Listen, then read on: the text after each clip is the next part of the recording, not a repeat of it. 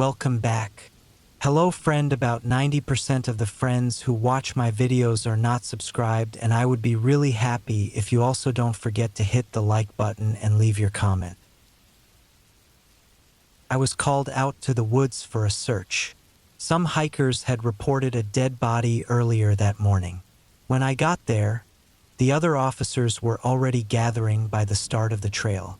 It was my turn to head out with the second group to start the search, and where we were going was far miles away from any roads or houses. We started walking, moving deeper into the thick forest. The trees were tall and packed together, their branches hanging over us, blocking most of the light. The air felt thick and hard to breathe, smelling like damp leaves and dirt. The further we went, the quieter it got. No birds, no wind, just the sound of our boots stepping through the bushes. I kept my eyes on the ground, looking around at the bushes and trees, trying to spot anything that seemed off. I had been on a lot of searches before, but something about this one didn't feel right. As we walked more, the ground got harder to walk on. It was uneven, covered with tree roots and fallen branches. I remember thinking how far someone had to go to get this deep in the woods. It didn't make any sense. After what felt like hours, my legs were burning from the walk, and sweat was dripping down my neck. Then we got the call. The team ahead had found the body. I wasn't ready for what I saw. The man, or what was left of him, was lying face down in a small clearing. His clothes were ripped, but not by animals. It was clear he had been there for a while, but his body didn't look rotten enough for it to be natural. His skin looked pale, almost bluish, and there were weird marks all over his arms and back, like he had been dragged through the woods. But it wasn't just the body.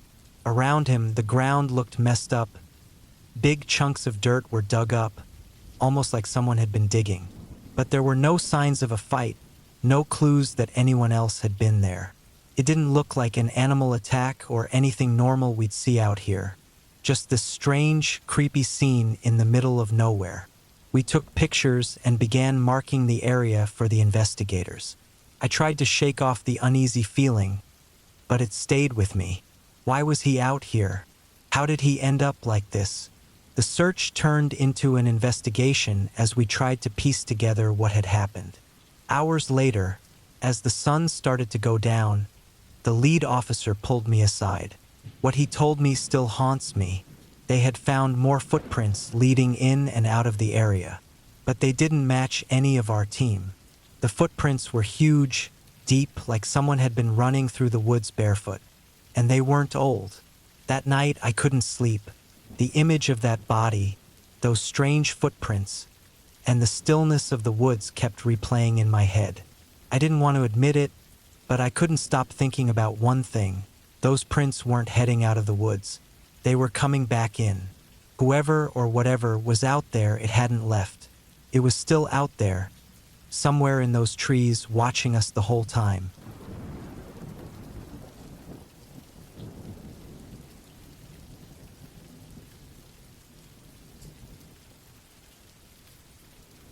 A few years ago, my grandfather took me deep into the woods.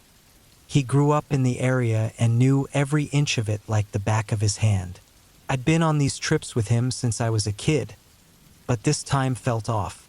Usually, we stuck to the paths, but this time he led us far from them, pushing through thick brush that seemed untouched. First, it was like any other trip. We set up camp, hiked around, and he pointed out different trees and plants like he always did. As the sun began to set, we made a fire. That's when I noticed him staring off into the trees. His eyes kept darting around, like he was trying to find something, but he didn't say a word. I thought maybe it was his age catching up to him. Maybe he was tired or his mind was just wandering. The next morning, he woke me up before sunrise. He told me we were going further into the woods. I didn't question it. It wasn't the first time we'd gone deeper into the forest. But as we walked, the trees grew thicker, the air felt heavier, and the sounds of animals started to disappear. The deeper we went, the quieter it got. It was like the woods were swallowing up all the noise. I could feel something was off, but I couldn't explain it. Around midday, we reached a small clearing. My grandfather stopped suddenly and stared at the trees on the far side. He looked serious, more serious than I'd ever seen him. It was like he was searching for something in the distance, something I couldn't see. He didn't say a word, just sat down on an old log, still watching the trees. I couldn't shake the strange feeling that had settled in my stomach. The quiet was unnatural. No birds, no bugs, no wind. Just complete silence. It felt like the forest was holding its breath. I wanted to leave, but my grandfather just sat there, still as a statue, like he was waiting for something. After what felt like forever, he finally stood up. Without a word, he motioned for me to follow him. His pace was quicker now, his eyes focused straight ahead, never once looking back. I struggled to keep up, but he was moving fast, cutting through the woods with a sense of urgency I hadn't seen in him before. We reached our camp as the sun was setting, but he didn't stop. He packed up everything in a hurry and started walking out of the woods, not saying a thing. I didn't ask any questions, I just followed. Something about his behavior made it clear that whatever was happening, it wasn't good. As we walked, I started to notice that the woods around us looked different. The trees were older, twisted, and almost dead-looking. The path we were on didn't seem familiar, even though we hadn't taken any turns. The more we walked, the more I felt like we weren't getting anywhere. The sun was going down, but there was no sign of the trail that would lead us back to the car. My grandfather didn't seem worried. He kept moving forward like he knew exactly where we were going. I trusted him. He'd been through these woods hundreds of times. Then I saw it. Small markings on the trees, barely noticeable at first, but definitely there. I thought it was just random scratches from animals or wear on the bark, but the more we passed, the more I realized they weren't natural. Someone had made these marks long ago. Maybe hunters or loggers, but something about them felt wrong. They were old, much older than they should have been. My grandfather stopped suddenly. He stared at one of the marked trees, his face turning pale. His hands shook as he turned around. We weren't getting out. We had been walking in circles, stuck in the same part of the woods, no matter how far we went. That's when it hit me. My grandfather hadn't brought me out here to show me the woods like he used to. He was trying to find his way out of something he had never escaped from. Something had called him back to this place, and now it had both of us. We didn't say a word the rest of the way out. When we finally got back to the car, I looked over at him, hoping he'd explain what had just happened. But he just sat there, staring back at the woods, as if he knew something I didn't, as if he knew this wasn't over. And he was right. We might have left that day, but the woods never let us go. Every time I've gone back, I've seen those marks, like the forest is watching me, waiting for me to return. But the worst part, my grandfather hasn't been the same since. He doesn't talk about that trip. He barely even talks at all anymore. Sometimes I think he's still out there, even when he's sitting in his chair at home. His eyes always drift to the window, like he's waiting for something. And now, I can't help but feel like it's only a matter of time before the woods come back for me too.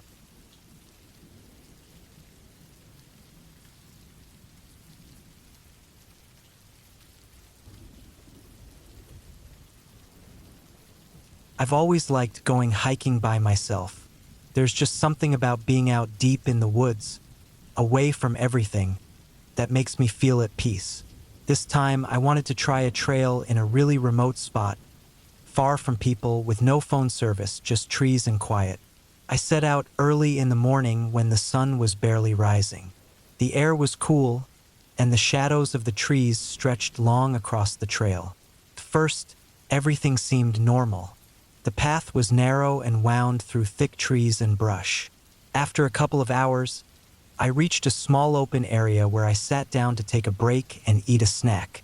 That's when I noticed something strange. There were footprints in the dirt near where I was sitting. They didn't look fresh, but they weren't old either. The weird part was that they were barefoot. It didn't make sense. Who would be walking out here without shoes? I didn't think too much of it at first, figuring maybe someone came through here earlier. But the thought of someone hiking out here without shoes didn't sit right with me. I packed up my stuff and kept moving, but after a while, something didn't feel right. The woods were too quiet. Even the birds had stopped making sounds. All I could hear were my own footsteps on the path. There was this strange feeling creeping up on me, like something was watching. I tried to shake it off, but it stuck with me, and the trees around me seemed to get thicker, the light a little darker, even though it was still early. About an hour later, I came across a small, overgrown path branching off from the trail. It wasn't on my map, and it looked like no one had used it in years. But for some reason, I felt pulled to follow it. I pushed through the bushes and trees, and soon found myself in another clearing. In the middle of it was an old cabin, falling apart. It looked like no one had been there for a long time. The wood was rotting and the roof was caving in, but the door was slightly open, like someone had just left in a rush. I didn't want to go inside. I knew better than that, but something about the place drew me closer, so I walked toward it. Then, I saw the footprints again, this time leading right to the cabin. They looked fresher now. I decided I didn't want to stick around anymore. As I turned back to the main trail, I heard something behind me. A branch snapping, leaves rustling. It wasn't just the wind or an animal. The sound was too slow, too careful, like someone was moving through the trees, following me. My heart started racing. I walked faster, but the footsteps behind me kept getting louder, like whoever or whatever it was catching up. I didn't want to look back, but I had to. I glanced over my shoulder, and through the trees, I saw someone. They were barefoot, standing just beyond the edge of the clearing, half hidden in the shadows. They weren't moving, just watching me. That's when I ran. I don't know how long I ran for, but I didn't stop until I reached my car. I never saw that person again, but the whole way back, I felt them behind me, just out of sight, like they were following close but never close enough to see. When I got home, I tried to find out more about that area. Anything about a cabin, a trail, something that could explain what I saw. But there was nothing. No reports of cabins in that part of the woods, no stories about people living out there. Nothing to explain the footprints or who that person was. I still go hiking sometimes, but I don't go alone anymore, and I definitely don't go anywhere too remote. But no matter where I am, I can't shake the feeling that someone's always watching, just like that day. And sometimes, when the woods get too quiet, I swear I can hear those footsteps again, just behind me, waiting for me to take the wrong turn.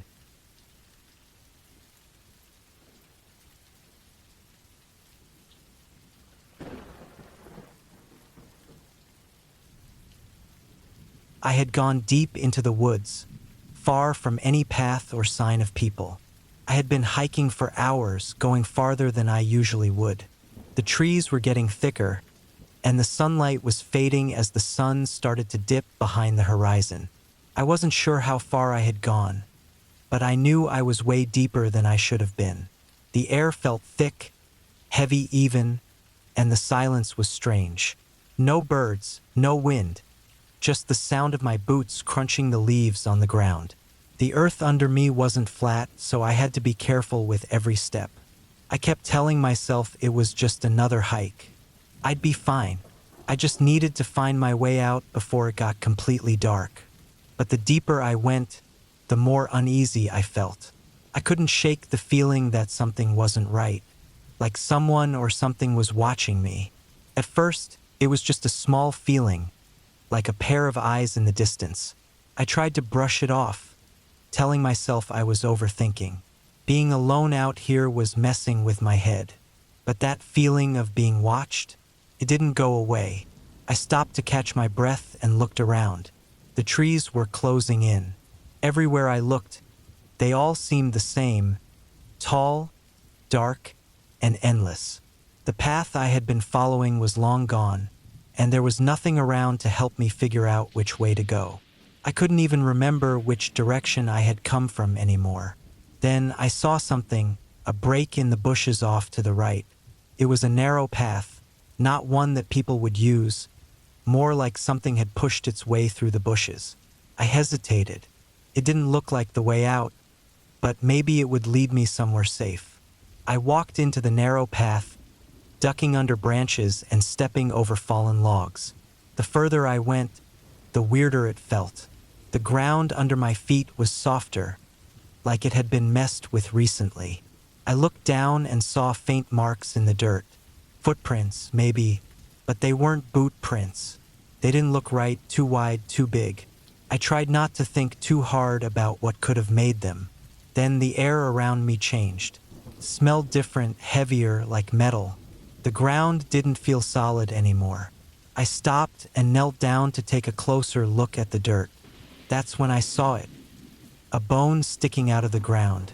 It wasn't from an animal. It was too big, too thick. It was a human bone. A wave of panic hit me, cold and sharp. I jumped up too quickly, and everything around me spun for a second. I had to leave, and fast. I turned to go back the way I came, but the path didn't look the same anymore. The trees were closer together, and it was almost completely dark. My heart raced as I started moving faster, my breath short and shallow. Every step I took, I felt like I was getting more lost. Then I heard it, something moving behind me. Slow, heavy footsteps. Not a deer or anything small. It was big. It was close. I didn't turn around. I didn't want to know what it was. I just kept moving, trying to stay calm, trying not to make any noise. My legs felt weak, but I forced myself to keep going. The sound behind me didn't stop. Suddenly, the trees opened up, and I found myself in a small clearing. For a split second, I felt a flash of hope, like maybe I had found a way out. But then I saw them, piles of bones scattered across the clearing, like something had dragged them there. Some were old, completely white, while others looked fresh, with bits of skin still clinging to them. My stomach turned as I stumbled back, realizing this was no accident. This was a place no one was supposed to find. Whatever was behind me was no longer just some distant noise. It was closer now, and I could feel it. Its presence, heavy and real, closing in on me. I ran, crashing through the trees, branches slapping against my face. I didn't care about being quiet anymore.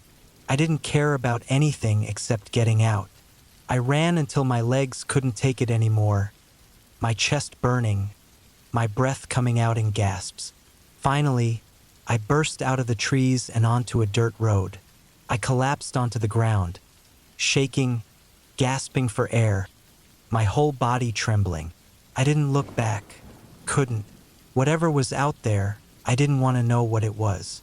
I forced myself up and kept walking until I found someone. But even now, I can't shake the feeling. Something out there knows I was there, and it's still out there, waiting for the next person who goes too deep into the woods. And maybe next time they won't be so lucky.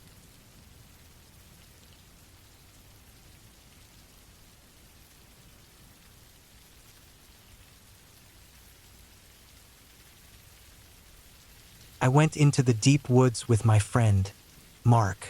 We wanted to camp far from the normal spots, way beyond where most people would go. The trees got taller, the paths got tighter, and the air felt heavier the deeper we walked. It felt like we were stepping into a place that hadn't been touched in a long time. We found a small open spot and set up our tent. It was quiet out there, too quiet. We could hear the rustling of leaves and the odd bird call. But after a while, the silence became strange. It was almost like the woods were holding their breath, like something was waiting. After setting up camp, we decided to look around.